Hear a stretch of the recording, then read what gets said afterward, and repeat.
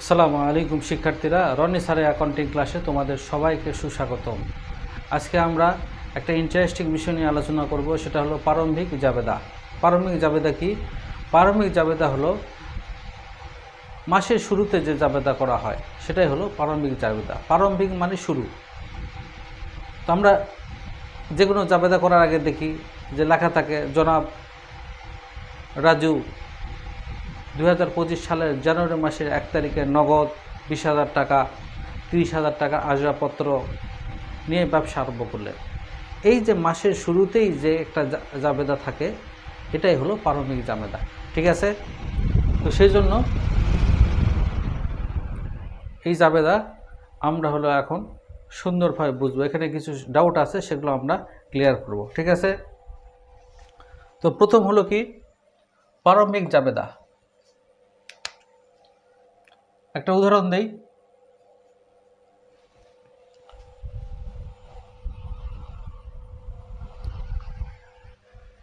যেরকম জনাব রাজু 2025 সালের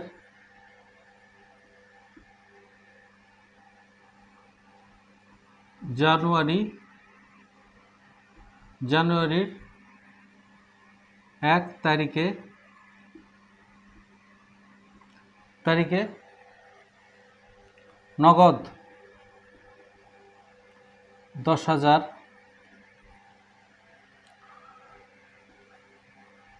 আসবাবপত্র 15,000 টাকা নিয়ে ব্যবসায় শুরু করেন।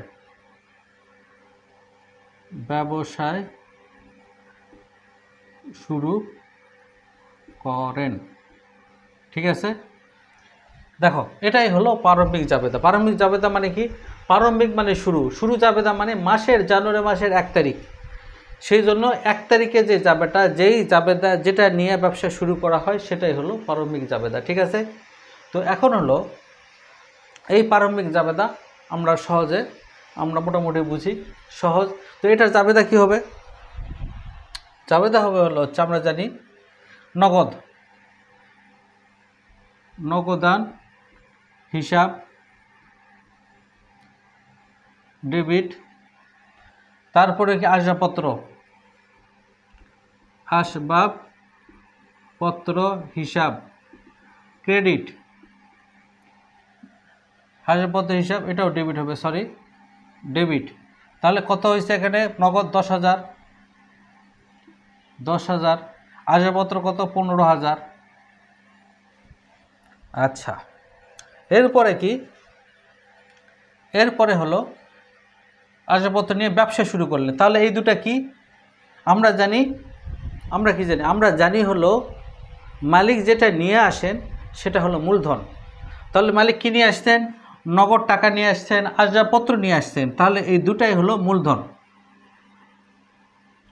তাহলে কি? মূলধন হিসাব, ক্রেডিট কত? 10 আর 15 25। কেন? কারণ হলো মালিক নগদ টাকাও নিয়ে আসছেন, আসবাবপত্র নিয়ে আসছেন। মালিক এই দুটাই নিয়ে আসছেন। মালিক যেটাই নিয়ে আসবেন সেটা হলো মূলধন। সুতরাং মূলধন কাকে বলে? মালিক যেটা নিয়ে ব্যবসা শুরু করেন সেটা হলো মূলধন। সুতরাং এখানে নগদ আর হলো আসবাবপত্র দুটা মিলাই হলো মূলধন হবে। ঠিক আছে? এখন আমরা আরেকটু কঠিনে যাই। সেটা হলো কি? সেটা হলো এর সাথে আমরা আর একটা যোগ করলাম।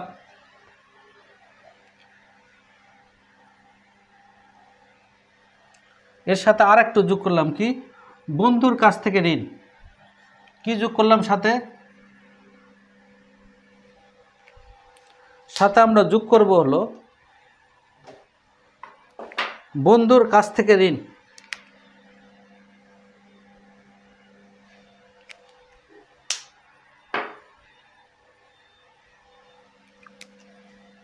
দেখো, বন্ধুর কাছ থেকে ঋণ কত? 20,000, সাথে আমরা আরও যোগ করলাম কি বন্ধুর কাছ থেকে ঋণ। তাহলে দেখো এখন দেখো কি হবে, তাহলে এখন এটা বোঝার চেষ্টা করো। ঋণ, তো এই বন্ধুর কাছ থেকে ঋণ, এটা জাবেদা কি হবে? ঋণ মানে কি? ঋণ মানে বন্ধুর কাছ থেকে ঋণ নেওয়া হলো 20,000 টাকা। তাহলে আমরা কি পেলাম? নগদ টাকা পেলাম। কি পাইলাম? নগদান হিসাব ডেবিট কত? 20,000। আর কি ঋণ হিসাব, ঋণ হিসাব ক্রেডিট কত? 20,000 টাকা। তাহলে কি হলো দেখো, বন্ধুর কাছ থেকে ঋণ, এটা যাবে দেখি। তো ঋণ, বন্ধুর কাছ থেকে ঋণ না হয়েছে, তার কী পাইছে? নগদ টাকা পাইছে, নগদান হিসাব ডেবিট। এরপরে কি আর হলো কি ঋণ হিসাব ক্রেডিট। ঠিক আছে, ঋণ যেহেতু দায়, সেই জন্য দায় বৃদ্ধি পাইছে, সেই জন্য ক্রেডিট। তাহলে এটাই আমরা এখানে নিয়ে আসি। তাহলে কি হয়েছে দেখো, বন্ধুর কাছ থেকে ঋণ, তাহলে এই জাবেদার মধ্যে এটা যোগ করা হয়েছে বন্ধুর কাছ থেকে ঋণ। তাহলে কি হবে? তাহলে দেখো এই নগদান হিসাব 20,000, তাহলে এই যে নগদান আছে এই 10 আর 20, তাহলে কত হবে? এটা হবে হলো 30,000। কত হবে? এটা হবে হলো 30,000।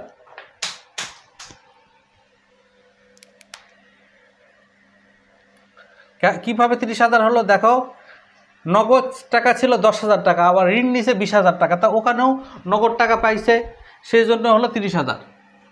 30,000 ঠিক আছে। তাহলে দেখো 30,000, এখন ঋণ হিসাব ক্রেডিট, এটাও তো লিখতে হবে। এই ঋণ হিসাব ক্রেডিট কত? 20,000। এই হলো জাবেদা। আর হলো কি মূলধন হিসাব 25,000ই থাকবে।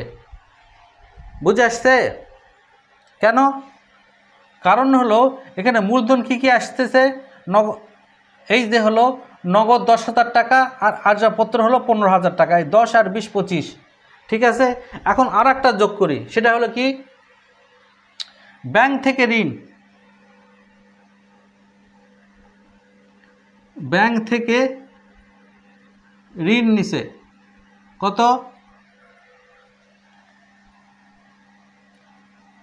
10,000 টাকা। এটা যদি হয় তাহলে কি হবে? ব্যাংক থেকে ঋণ 10,000 টাকা। দেখো প্রারম্ভিক জাবেদায় যে ব্যাংক থেকে ঋণ নেয়, তো এই ঋণটা কে নিছে? মালিক নিছে। মালিক ব্যাংক থেকে ঋণ নিছে, ঋণ নিয়ে আমাদের প্রতিষ্ঠান, ব্যবসা প্রতিষ্ঠান যখন শুরু করছে তখন সে ওই ঋণের নগদ টাকা নিয়ে আসছে, সেই জন্য এখানে জাবেদা কী হবে? জাবেদা হবে নগদান হিসাব। নগদান হিসাব ডেবিট কত? 10,000। আর কি ব্যাংক ঋণ হিসাব, ব্যাংক ঋণ হিসাব ক্রেডিট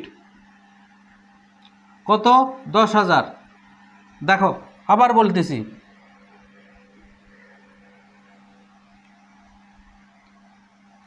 ব্যাংক থেকে ঋণ হলো কত? 10,000। এখানে সাথে আবার যোগ হলো কি ব্যাংক থেকে ঋণ নিল 10,000 টাকা। এখন প্রশ্ন হলো নগদান হিসাব কেন ডেবিট করলাম? প্রথম কথা হলো অবশ্যই নগদান হিসাব ডেবিট করতে হবে। কেন? মালিক ব্যাংক থেকে ঋণ নিছে, ঋণ নিয়ে সে ব্যবসা প্রতিষ্ঠানে শুরু করি, সেই জন্য এটাকে আমরা, তার মানে কি ব্যবসা প্রতিষ্ঠানে আমরা কি পেলাম? নগদ টাকা পাইছি, সেই জন্য এই টাকাটা কি হয়? এই নগদ টাকার সাথে যোগ হবে। দেখো এখানে কি আছে? নগদান হিসাব, তাহলে 30,000 ছিল, এখন কি হবে? এই নগদান হিসাবে আরও 10,000 এখানে যোগ হবে, তাহলে কত হবে? 40। তারপরে কি হবে? ব্যাংক ঋণ, এই ব্যাংক ঋণ এখানে যোগ হবে। ব্যাংক ঋণ হিসাব, ব্যাংক ঋণ হিসাব ক্রেডিট কত? 10,000। ঠিক আছে, আর মূলধন 25,000ই থাকবে। বুঝে আসছে? মূলধন কেন বাড়লো না? কারণ জাবেদার মধ্যে মূলধন আছে, জাবেদার মধ্যে মূলধন নেই। দেখো নগদ, দেখো এই যে নগদ আসবাবপত্র, তখন হলো এই মূলধন বাড়বে, কারণ জাবেদার মধ্যেও মূলধন আছে। যেরকম নগদ, দেখো যদি থাকে নগদ 20,000 টাকা নিয়ে ব্যবসা শুরু করেন, তাহলে জাবেদা কি? নগদান হিসাব ডেবিট 20,000, মূলধন হিসাব ক্রেডিট 20,000। দেখো এখানে জাবেদার মধ্যে আছে, সেই জন্য এখানে মূলধনের বাড়ে, কিন্তু এই যে বন্ধুর কাছ থেকে ঋণ, ব্যাংক থেকে ঋণ, এই টাকা কখনো মূলধনে যাবে না। একটা নগদে যাবে আর একটা হলো ঋণ হিসাবে দেখাতে হবে। বন্ধুর কাছ থেকে ঋণ নিলে শুধু ঋণ হিসাব হবে, আর হলো ব্যাংক থেকে ঋণ হলে ব্যাংক ঋণ হিসাব হবে। ঠিক আছে, এরপরে দেখো যদি লেখা থাকে প্রদেয় নোট বা প্রদেয় বিল, কি লেখা থাকলো? যদি লেখা থাকে, দেখো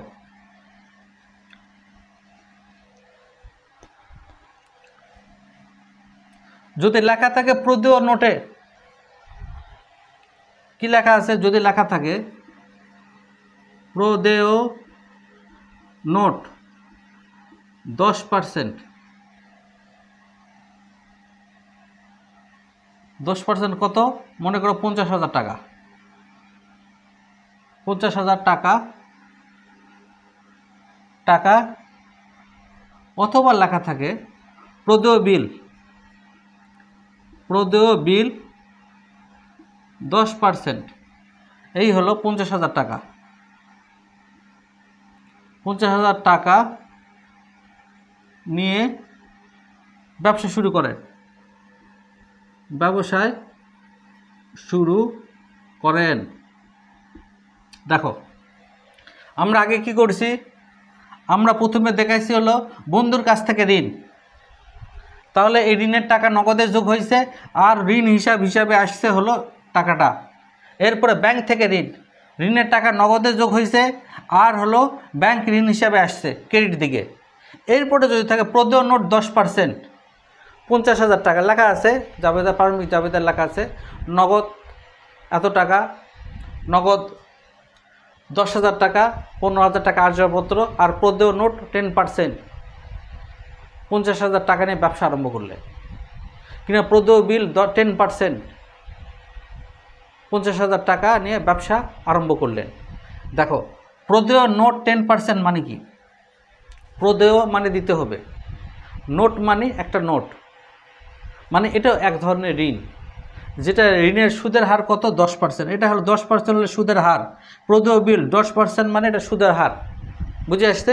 এই টাকাটা মানে এটাও একটা দায়, এটাও একটা ঋণ। এই ঋণের টাকাটা ঋণ নিয়ে তিনি হলো ব্যবসা আরম্ভ করলেন। এর জাবেদা কি হবে? এর জাবেদা এরকম হবে যে নগদান হিসাব ডেবিট, নগদান হিসাব ডেবিট কত? 50,000। দুটার জাবেদা কি? তাহলে প্রদেয় নোট কিংবা বিল যেটা আছে সেটা হবে 10%, হিসাব ক্রেডিট কত? 50,000। দেখো তাহলে যদি থাকে প্রদেয় নোট কিংবা প্রদেয় বিল 10%, 50,000 টাকা নিয়ে ব্যবসা আরম্ভ করলেন, তার মানে হলো এটা হলো কি? এটা হলো এক ধরনের ঋণ। ঠিক আছে, এই ঋণের টাকা সেই হিসাবে ঋণের তাহলে নগদ টাকা পাওয়া গেছে, সেই জন্য নগদান হিসাব ডেবিট, আর হলো প্রদেয় বিল বা নোট হিসাব ক্রেডিট। ঠিক আছে, তাহলে এটা কিভাবে আসবে? এটা হলো এভাবে আসবে,